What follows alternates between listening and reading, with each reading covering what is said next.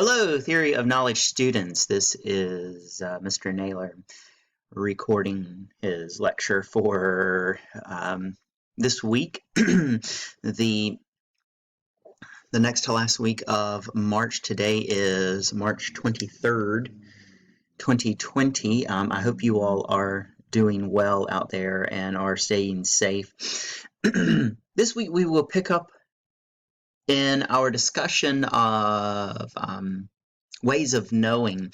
Before our break, we had already introduced 3 ways of knowing: language, sense perception, as well as reason. Today we're going to introduce intuition, which is appropriate because intuition is often considered the exact opposite of reasoning. So what is intuition to you? Before I taught this class, I really never considered it myself, but intuition, let me bring the screen around, comes from the Latin intuere, which means to gaze upon, and Merriam-Webster defines intuition as the power to attain direct knowledge without rational thought or inference.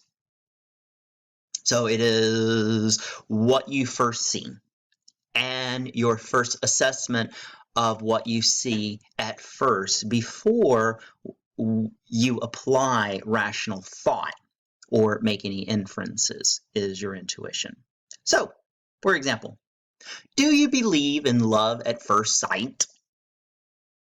The first time you see someone, do you believe that it is possible that you might fall in love with that person? Do you know anyone who has fallen in love at first sight? Have you ever experienced déjà vu?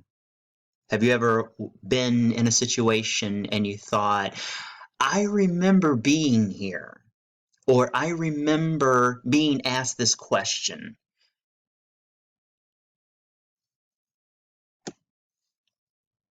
Why do we give such value to first impressions? You may have heard that you only get one first impression.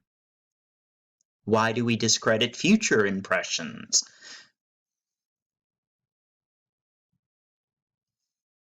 And how often and under what circumstances do you follow your gut instinct instead of reasoning?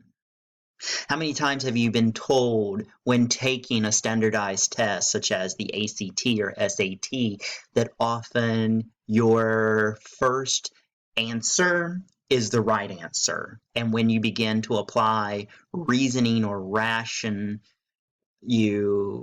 you start rationalizing, then you start second guessing yourself and you make an incorrect answer. So in our Flipgrid, if you will please choose one of those to respond to and answer either, do you believe in love at first sight and why? Have you ever experienced déjà vu and how did that work? Why do we give such value to first impressions? And how often and under what circumstances do you follow your gut instinct instead of reasoning? And respond to 2 other students' posts. And again, we're responding to the post and not to the person in our Flipgrid, just like we would in a normal class discussion. So look at these photos.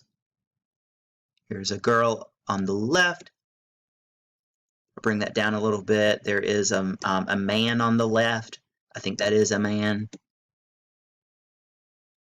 And a man on our right. In these 3 photos, we have 6 different smiles. And can you identify which one is the fake smile? In each of these photos, one smile is fake and one smile is authentic. So examine. Here with the woman, I should probably qualify. Okay, we'll get to you in a moment, Mona Lisa. On our left, we have a woman. Smile 1 and smile number 2. One smile may be prettier than the other smile. Does pretty necessitate authenticity. Then look at the man down below. We have two smiles. This is barely a smile, and then here we've got a bigger smile. On our right is an older gentleman, and here this subject is not showing any teeth, and one smile is a little longer than this smile. Which of the two is authentic?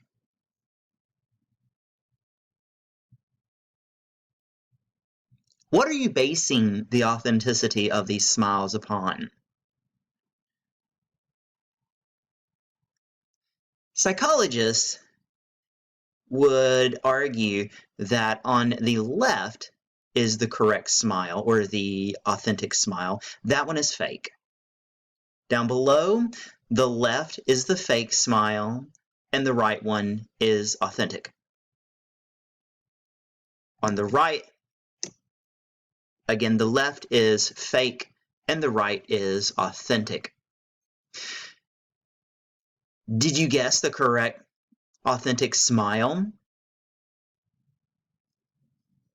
It is argued that authentic smiles are paired with the eyes. So here, the edges of the eyes are merging with the edges of the dimples.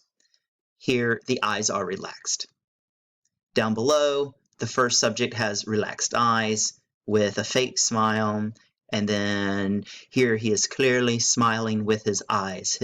The edges of his eyes are matching the dimples of his smile.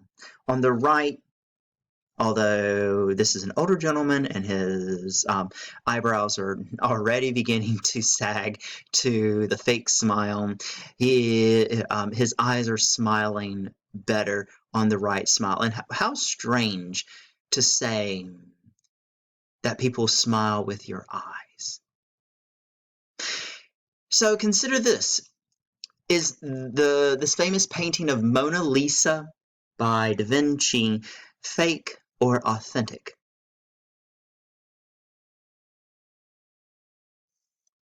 And there is no correct answer to that, whether it is your argument whether you think that her smile is fake or authentic, whether she is smiling with her eyes, and that is barely a grimace.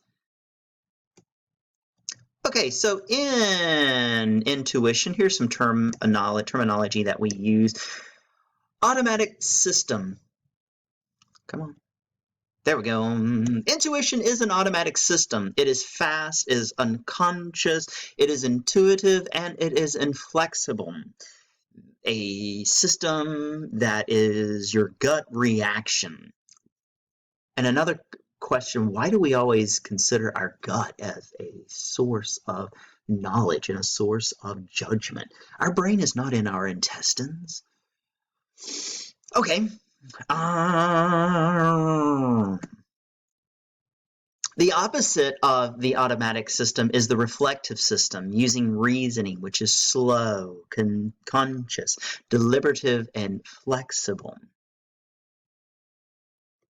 And inference is a way of making rationally sound decisions.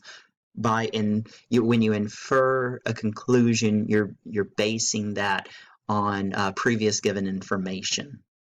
Instinct is an innate, fixed pattern to certain stimuli. Innate knowledge is knowledge we are born, or the idea that we are born with knowledge universal to all humanity. The word humanity has been blocked off in this one. Introspection, looking within, is the examination of one's own mental and emotional process. Looking within. Heuristic is a fast and frugal mental shortcut when you say, okay, that's enough, that's good enough, let's go on, let's move on. When you start setting up mental shortcuts, setting up little rules to make decisions. And subliminal perception is perception that operates below the level of conscious awareness. You're not even aware that you are making these judgments. So looking back on some of these terminology, there is clearly biases that come into play with one's intuition.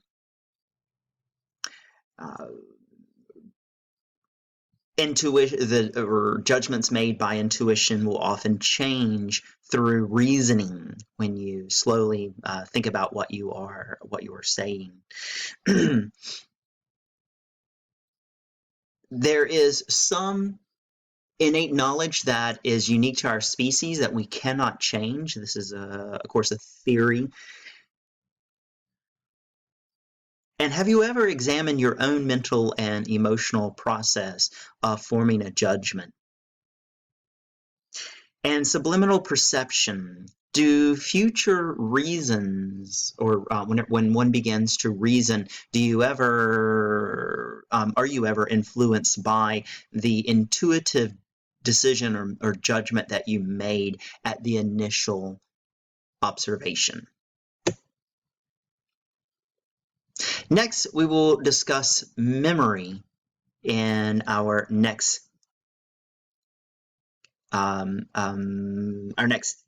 installment